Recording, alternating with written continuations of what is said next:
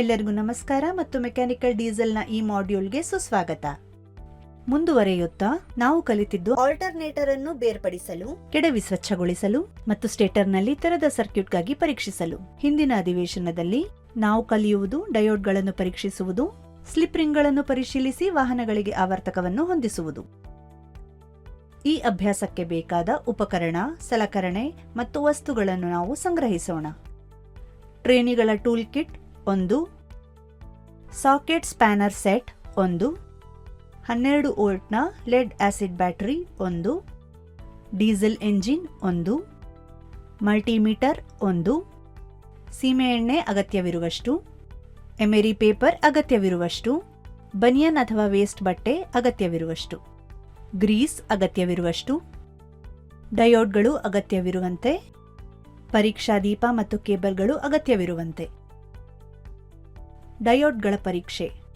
ಡಯೋಡ್ನೊಂದಿಗೆ ಸರಣಿಯಲ್ಲಿ 12 volt battery ಮತ್ತು 12 volt 15 volt bulb ಅನ್ನು ಸಂಪರ್ಕಿಸುವ ಮೂಲಕ ಪ್ರತಿ ಡಯೋಡ್ ಅನ್ನು ಪ್ರತ್ಯೇಕವಾಗಿ ಪರೀಕ್ಷಿಸಿ.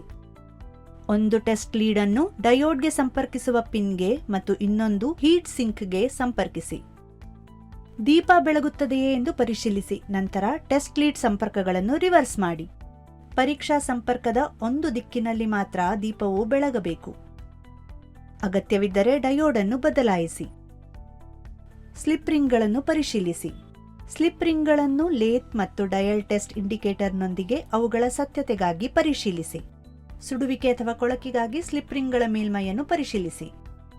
ಅಗತ್ಯವಿದ್ದರೆ ಸ್ಲಿಪ್ ರಿಂಗ್ಗಳನ್ನು ಬದಲಾಯಿಸಿ. ಜೋಡಿಸುವಾಗ ಬರೆಯಲಾದ ಉಲ್ಲೇಖ ಸಾಲುಗಳು ಜೋಡಣೆಯಲ್ಲಿವೆಯೇ ಎಂದು ಖಚಿತಪಡಿಸಿಕೊಳ್ಳಿ.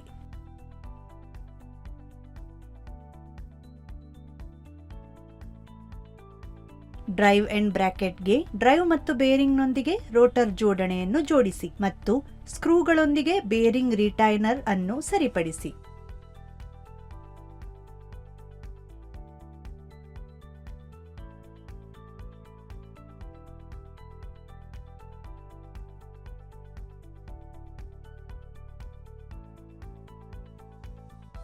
ರೋಟರ್ ಶಾಫ್ಟ್ನಲ್ಲಿ spacer, woodruff key, fan ಮತ್ತು ಪುಲ್ಲರ್ ಅನ್ನು ಜೋಡಿಸಿ.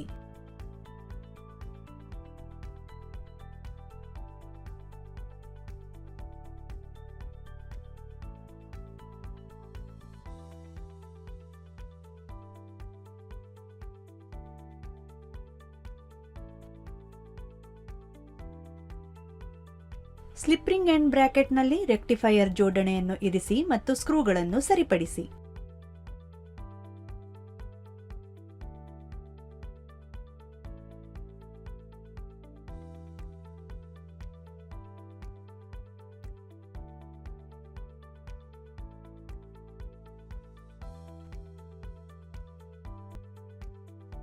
ಸ್ಲಿಪ್ ರಿಂಗ್ ಅಂಡ್ ಬ್ರಾಕೆಟ್ ಅನ್ನು ಇರಿಸಿ ಮತ್ತು ಫಿಕ್ಸಿಂಗ್ ಬೋಲ್ಟ್ ಅಥವಾ ಸ್ಟಡ್ ಅನ್ನು ಸರಿಪಡಿಸಿ.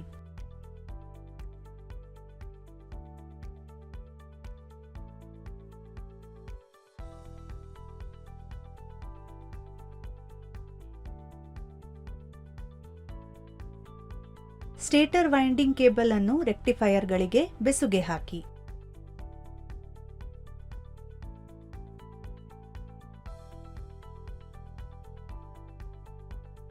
ಡ್ರೈವ್ ಅಂಡ್ ಬ್ರಾಕೆಟ್ಗೆ ಸ್ಟೇಟರ್ ಅಸೆಂಬ್ಲಿಯನ್ನು ಜೋಡಿಸಿ.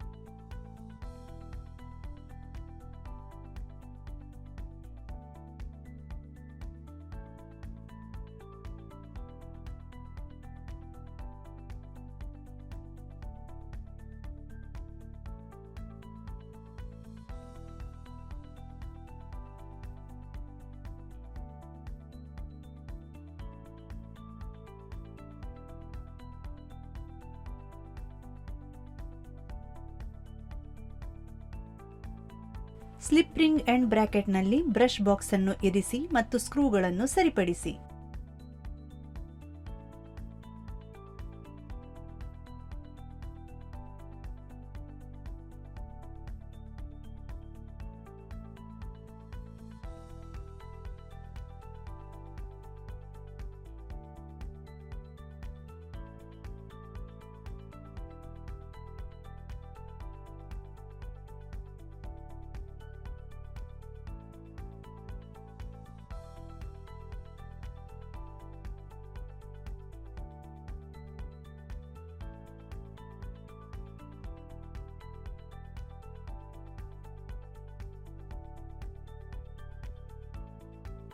ಕವರ್ ಅನ್ನು ಇರಿಸಿ. ಕವರ್ ಭದ್ರಪಡಿಸುವ ಸ್ಟಡ್ ಮತ್ತು ವಾಷರ್ಗಳನ್ನು ಹೊಂದಿಸಿ ಮತ್ತು ನಟ್ಗಳನ್ನು ಗಟ್ಟಿಯಾಗಿ ಕೂಡಿಸಿ.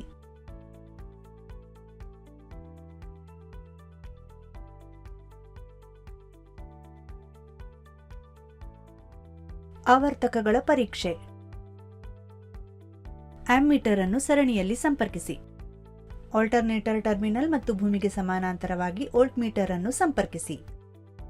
ಆಲ್ಟರ್ನೇಟರ್ನಲ್ಲಿ ಫೀಲ್ಡ್ ಔಟ್ಪುಟ್ ಟರ್ಮಿನಲ್ ಆದ್ಯಂತ ತಂತಿಯನ್ನು ಸಂಪರ್ಕಿಸಿ. ಬ್ಯಾಟರಿ ಕೇಬಲ್ ಅನ್ನು ಸಂಪರ್ಕಿಸಿ ಮತ್ತು ಆರಂಭಿಕ ಸ್ವಿಚ್ ಅನ್ನು ಹಾಕಿ. ಆಮ್ಮೀಟರ್ ಓದುವಿಕೆಯನ್ನು ಗಮನಿಸಿ. ಬ್ಯಾಟರಿಯಿಂದ ಎಳೆದ ಫೀಲ್ಡ್ ಕರೆಂಟ್ನಲ್ಲಿ ಆಮ್ಮೀಟರ್ ರೀಡಿಂಗ್ ಸರಿಸುಮಾರು 2 ಆಂಪ್ ಆಗಿರಬೇಕು. ಎಫ್ಸಿ7 ನಿಯಂತ್ರಕದಿಂದ ಸಂಪರ್ಕ ಕಡಿತಗೊಳಿಸಬೇಕು ಮತ್ತು ಆಕಸ್ಮಿಕ ಅರ್ಥಿಂಗ್ ಅನ್ನು ತಪ್ಪಿಸಲು ತಂತಿಯ ತುದಿಯನ್ನು ಇನ್ಸುಲೇಟ್ ಮಾಡಬೇಕು. ವೋಲ್ಟ್ ಮೀಟರ್ ಓದುವಿಕೆ ಸರಿಸುಮಾರು 14.2 ವೋಲ್ಟ್ಗಳಾಗಿರಬೇಕು. ಆಮ್ಮೀಟರ್ನ ಓದುವಿಕೆ ಕೂಡ ಗರಿಷ್ಠವಾಗಿರಬೇಕು. ವೋಲ್ಟ್ ಮೀಟರ್ ಮತ್ತು ಆಮ್ಮೀಟರ್ ಕಡಿಮೆ ಓದಿದರೆ ನಿಯಂತ್ರಕಕ್ಕೆ ಬದಲಿ ಅಗತ್ಯವಿದೆ. ಆಲ್ಟರ್ನೇಟರ್ ಅನ್ನು ವಾಹನಕ್ಕೆ ಮರುಹೊಂದಿಸುವುದು. ಬೋಲ್ಟ್ ಮತ್ತು ನಟ್ಗಳನ್ನು ಬಳಸಿ ಅದರ ಬ್ರಾಕೆಟ್ನಲ್ಲಿ ಆವರ್ತಕವನ್ನು ಇರಿಸಿ ಮತ್ತು ಸುರಕ್ಷಿತಗೊಳಿಸಿ. ನೀವು ಈ ಹಿಂದೆ ಸಂಪರ್ಕ ಕಡಿತಗೊಳಿಸಿದ ಆಲ್ಟರ್ನೇಟರ್ನ ಎಲ್ಲ ತಂತಿಗಳನ್ನು ಸಂಪರ್ಕಿಸಿ. ಬ್ಯಾಟರಿ ಕೇಬಲ್ಗಳನ್ನು ಸರ್ಕ್ಯೂಟ್ಗೆ ಸಂಪರ್ಕಿಸಿ. ಬ್ಯಾಟರಿ ಕೇಬಲ್ಗಳ ಎಲ್ಲ ತುದಿಗಳು ಸ್ವಚ್ಛವಾಗಿದೆಯೇ ಎಂದು ಪರಿಶೀಲಿಸಿ. ಸಡಿಲ, ಕೊಳಕು ಅಥವಾ ಮುರಿದ ಸಂಪರ್ಕಗಳಿಗಾಗಿ ಎಲ್ಲಾ ತಂತಿ ಸಂಪರ್ಕಗಳನ್ನು ಪರಿಶೀಲಿಸಿ. ಅತಿಯಾಗಿ ವಿಸ್ತರಿಸಿದ ಅಥವಾ ಹಾನಿಗೊಳಗಾದ ಸ್ಥಿತಿಗಾಗಿ ಫ್ಯಾನ್ ಬೆಲ್ಟ್ ಅನ್ನು ಪರಿಶೀಲಿಸಿ. ಫ್ಯಾನ್ ಬೆಲ್ಟ್ ಒತ್ತಡವನ್ನು ಹೊಂದಿಸಿ. ಫ್ಯಾನ್ ಬೆಲ್ಟ್ನ ಸರಿಯಾದ ಒತ್ತಡವನ್ನು ಪರಿಶೀಲಿಸಿ. ಫ್ಯಾನ್ ಬೆಲ್ಟ್ ಟೆನ್ಷನ್ ಕಡಿಮೆ ಅಥವಾ ಅಧಿಕವಾಗಿದ್ದರೆ ಪರ್ಯಾಯವನ್ನು ಸರಿಯಾದ ಬದಿಗೆ ತೆಗೆದುಹಾಕುವ ಮೂಲಕ ಹೊಂದಿಸಿರಿ.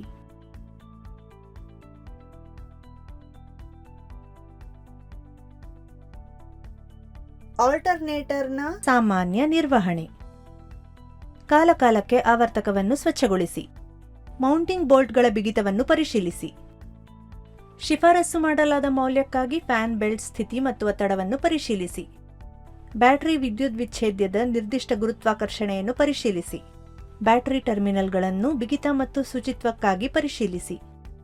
ವರ್ಷಕ್ಕೊಮ್ಮೆ ಅಥವಾ ಪ್ರತಿ 1000 ಗಂಟೆಗಳಿಗೊಮ್ಮೆ ಬ್ರಷ್ ಅನ್ನು ಪರಿಶೀಲಿಸಿ. ಅಗತ್ಯವಿದ್ದರೆ ಅದನ್ನು ಬದಲಾಯಿಸಿ. 2 ವರ್ಷಗಳಿಗೊಮ್ಮೆ ಬೇರಿಂಗ್ಗಳನ್ನು ಪರಿಶೀಲಿಸಿ ಮತ್ತು ಹಳೆಯದಾದರೆ ನವೀಕರಿಸಿ. ಸ್ಲಿಪ್ ರಿಂಗ್ಗಳನ್ನು ಸ್ವಚ್ಛಗೊಳಿಸಲು ಉತ್ತಮವಾದ ಎಮರಿ ಪೇಪರ್ ಬಳಸಿ.